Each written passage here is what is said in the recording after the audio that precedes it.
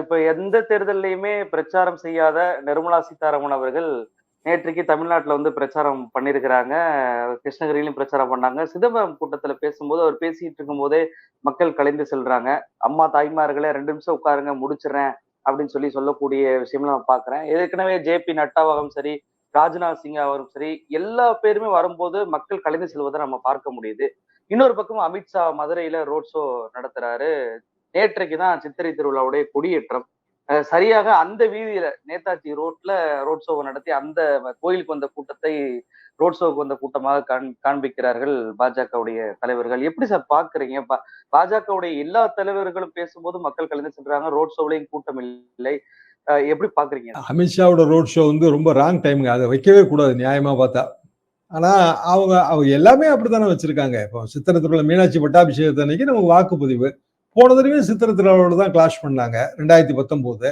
அதெல்லாம் எதிர்த்து எழுதியிருக்கிறோம், ரெப்ரஸன்டேஷன்ஸ் கொடுத்துருக்கோம். இந்த தடவை 2வது ஃபேஸ்ல தேர்தல் வச்சிருக்கலாம். முதல் ஃபேஸ்ல வச்சு திருப்பி சித்திரை திருவிழாவோட தான் கிளாஷ் பண்றாங்க. நமக்கே தெரியும், தென் மாவட்ட மக்களுக்கு ஒரு பெரிய திருவிழா வந்து மீனாட்சி அம்மன் கோயிலோட சித்திரை திருவிழா. விளக்கு தூண் வரைக்கும் நேற்று இது ரோட் ஷோனால என்ன பயன்? ஒரு 2 கிலோமீட்டர் போறது மூலமா அவ்வளவு பெரிய மதுரை பாராளுமன்ற தொகுதியில என்ன இம்பாக்டை கிரியேட் பண்ண முடியும்? பொதுமக்களுக்கு இடைஞ்சல் தான். சித்திரை திருவிழாக்கு வந்திருக்கிற கூட்டத்தை பிஜேபி கூட்டம் அது ஒரு இதுல போட்டிருக்கிறாரு. இது வந்து எதிர்கால மோடியின் எதிர்கால வெற்றிக்கு கட்டியும் கூறுன்னு ஒரு ட்வீட் வேற அந்த வீடியோவை போட்டு அமித்ஷா ட்வீட் நான் பார்த்தேன். அதாவது மண்ணுக்கேற்ற அரசியல் அவங்க பேசுறது இல்ல. கேரளா ஸ்டோரியை பத்தி இங்க வந்து பேசுறாங்க நிர்மலா சீதாராமனும் மற்றவங்களும். அது ஒரு படம். அந்த படம் வந்து லவ் ஜிஹாத்தை பத்திய படம். ஒரு பெரிய சர்ச்சைக்குள்ளான படம். அது தூர்தர்ஷன் வெளியிடுவதற்காக முயற்சி செஞ்சு பெரிய எதிர்ப்பு, இப்படியான அது பிரைவேட் ஸ்கிரீனிங்ஸ் வேற நடந்தது. இன்னைக்கு பேப்பர்ல பாக்குறேன் உண்மையான கேரளா ஸ்டோரி அப்படின்னு போட்டு சவுதி அரேபியால ஒரு கேரளாவை சேர்ந்த ஒரு இஸ்லாமிய வாலிபர் ஓட்டுநர், கார் ஓட்டுநர். அவர் வந்து அங்க இருக்கிற ஒரு தம்பி, 15 வயசு தம்பி. அந்த தம்பிக்கு வந்து உடல்நல சரியில்லை, அதாவது இடுப்பு கீழே எதுவுமே உணர்வு கிடையாது. ஸோ மிஷின்ல தான் வாழ்றாரு. அந்த தம்பியை இவர் கார்ல கூட்டிட்டு போகும்போது அவர் ஏதோ ஒரு வகையில இரிட்டேட் ஆகி அந்த ரெட் சிக்னலை தாண்டி போக சொல்லி டிரைவரை வற்புறுத்துறாரு. டிரைவருக்கு அது அந்த ஊர் ரொம்ப ஸ்ட்ரிக்டான ஊர், தாண்ட முடியாது. அப்போ அந்த தம்பி வந்து இந்த டிரைவரை வந்து திட்டுறாரு, துப்புறாரு. அந்த கலையபுரத்துல வந்து இவர் திரும்பி அவரை அந்த தம்பியை சமாதானப்படுத்தும் போது அவரோட அந்த ஆக்சிஜன் டியூப் மாதிரியான ஒரு உயிர்காக்கும் உபகரண கருவி வந்து பழுதுபட்டுருதுங்க. அதுல அவர் ஸ்ட்ரோக் ஆகி இறந்தே போயிடுறாரு. அதுல இந்த கேரளாவை சேர்ந்த இஸ்லாமிய ஓட்டுநர் அவருக்கு வந்து மரண தண்டனை ஆயிடுது. மரண தண்டனை ஆகும்போது அது 18 வருஷமா அவர் மரண தண்டனை எதிர்நோக்கி இருக்கிறாரு. இப்போ சமீபத்துல வந்து அந்த ஃபேமிலி இந்த பிளட் மணின்னு சொல்லுவாங்க, அதாவது உயிருக்கு பதிலாக ஒரு குறிப்பிட்ட பணம் கொடுத்தா அது மரண தண்டனை தப்பிக்கலாம். அதுக்கு அந்த ஃபேமிலி ஒத்துக்கிடணும், பாதிக்கப்பட்ட ஃபேமிலி. அந்த ஃபேமிலி ஒத்துக்கிடுச்சு இந்த சர்க்கம்ஸ்டன்சஸ் எல்லாம் மனசுல வச்சு. 34 கோடி ரூபாங்க சவுதி அரேபியன் இதுல இந்தியன் ரூபாய்க்கு கன்வெர்ட் பண்ணா. இதுக்கு வந்து பப்ளிக் ஃபண்டிங் திரட்டியிருக்காங்க. எல்லா மதங்களை சேர்ந்தவர்களும், வெளிநாட்டில் வாழ்கிற மலையாளிகள், கேரளாவில் இருப்பவர்கள், சர்வ மதங்கள், யாரோ முகமே தெரியாத ஒரு ஏழை ஓட்டுநர், அவர் இஸ்லாமியரா இந்துவான்லாம் யாரும் பார்க்கல, 34 crores கலெக்ட் பண்ணி கெடு முடியறதுக்கு இந்த 3 நாள் தான் இருக்கு. இப்போ வந்து அந்த பணம் வந்து டிரான்ஸ்பர் ஆயிருக்கு. அந்த அவர் விடுதலையாக போறாரு. இதுதாங்க உண்மையான கேரளா ஸ்டோரி. லவ் ஜிஹாத்து இல்ல இந்து முஸ்லிம் வேற்றுமை இல்ல வந்து இந்துக்களின் ஏகோபித்த நாயகன் மோடி இது வந்து அல்ல அப்படின்னு மாபெரும் ஆர்டிகல்ங்க இன்னைக்கு.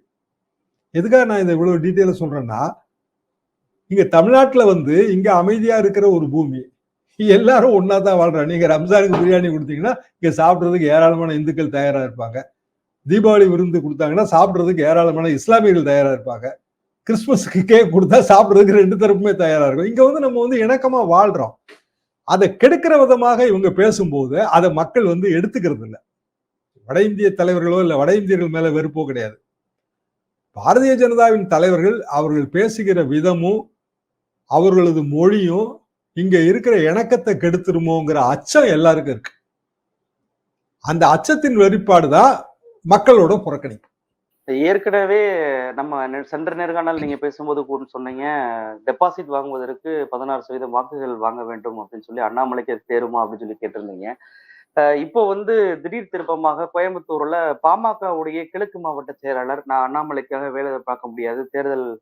தேர்தல் வேலையில எங்கள கூப்பிடவே மாட்றாங்க, மதிக்கவே மாட்றாங்க அப்படின்னு சொல்லி கூட்டணியிலிருந்து வெளியேறுவதாக பாமகவுடைய நிர்வாகி வந்து சொல்லியிருக்கிறாரு சார். எப்படி பார்க்குறீங்க? அண்ணாமலையின் அந்த ஆணவ போக்கு இதுல வெளிப்படுதுங்க. அதாவது அவர் அடிப்படையில இன்னும் அடக்கமா இருக்க கத்துக்கிடணும். அவர் இப்ப ஐபிஎஸ் ஆபீசர்லாம் கிடையாது. அவரும் வந்து அந்த நான் சொன்ன அந்த பழைய உதாரணம் தான். கல்லெறிந்து தாக்கியோர் கனத்த மாலைகளை தூக்கி கொண்டு வர வேண்டிய காலம். அப்போ கும்பிட்டு ஓட்டு கேட்க வேண்டிய இடத்துல அவர் குமுறுகிறார். பிரஸ் பீப்புளோட வந்து சண்டை போடுறாரு. கடைசியில கூட்டணி கட்சியோடய சண்டை போட்டிருக்காருன்னு இதன் மூலமா நமக்கு தெரியுது. இல்லைன்னா பாமக 10 தொகுதி வாங்கிட்டு நிக்கிற கட்சி. அதோட கோவை மாவட்ட செயலாளர் போஸ்ட்டுங்கிறது ஒரு முக்கியமான போஸ்ட் தான். அவர் வைக்கிற குற்றச்சாட்டு என்ன? எங்களை மதிக்கவே இல்லைங்கிற குற்றச்சாட்டு தானே.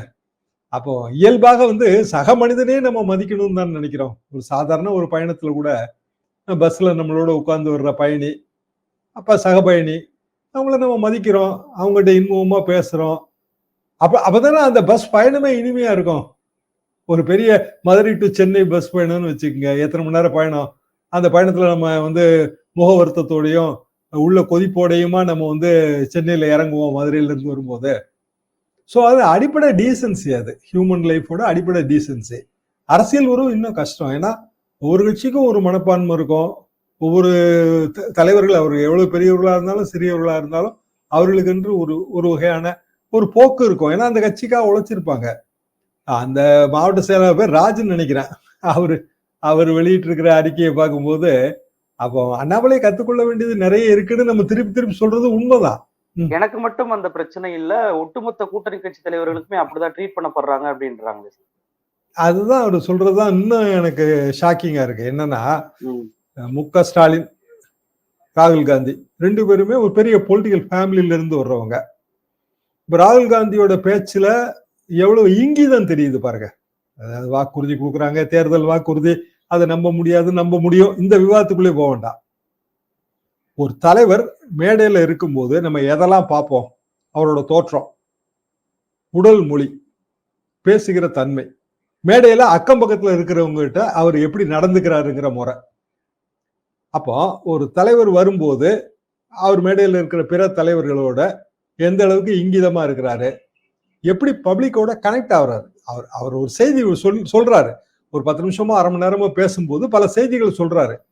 அதை வந்து அந்த பப்ளிக்கு, ஏன்னா இது வந்து ஒரு பர்சனல் கம்யூனிகேஷன் கிடையாது. மேடையில இருந்து பேசும்போது மாஸ் கம்யூனிகேஷன்.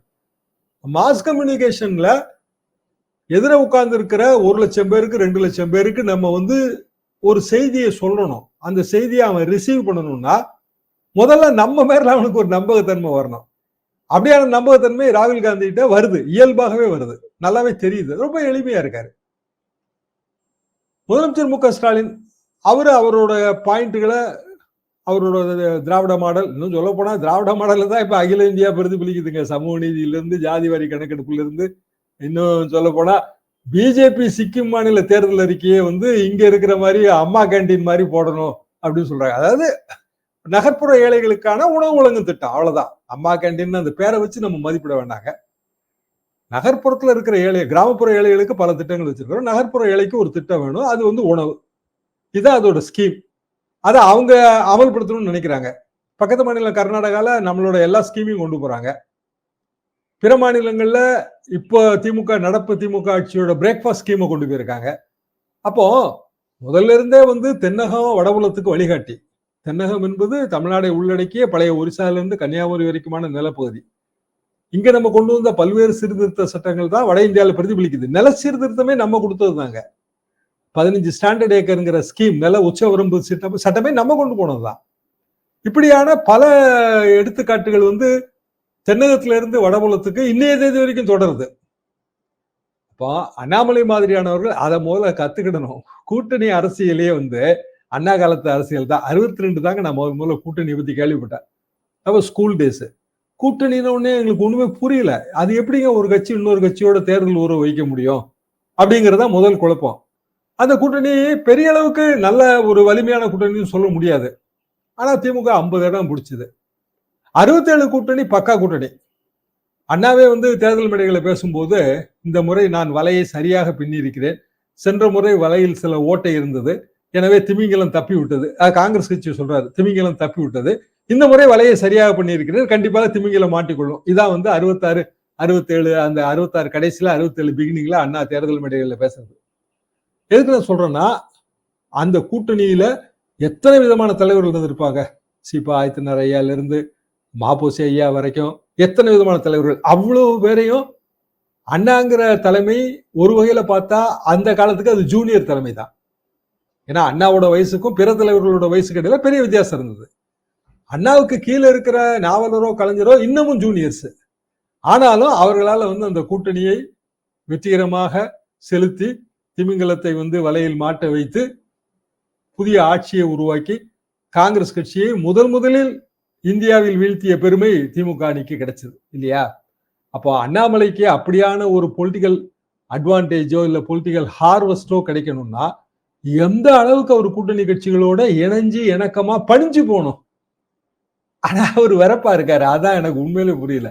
அப்போ அந்த டெபாசிட் வாங்க வராங்கிற சந்தேகம் மேலும் மேலும் எனக்கு ஊர்ஜிதம் தான் படுது. அண்ணாமலையின் ஆணவம் என்பது அதை அழிக்க சக்திங்க. அதெல்லாம் ஒண்ணும் கிடையாது. அவர் ஒன்றும் மாபெரும் தலைவர்லாம் கிடையாது. 3 வருஷத்துக்கு முந்தைய வந்தாரு. அதிரடியா பேசுறது மூலமாக வந்து அவருக்கு ஒரு வகையான நொட்டாரிட்டி கிடைச்சிருக்கு. பாப்புலாரிட்டி இல்ல, அது ஒரு வகையான பிரபல்யம் கிடைச்சிருக்கு.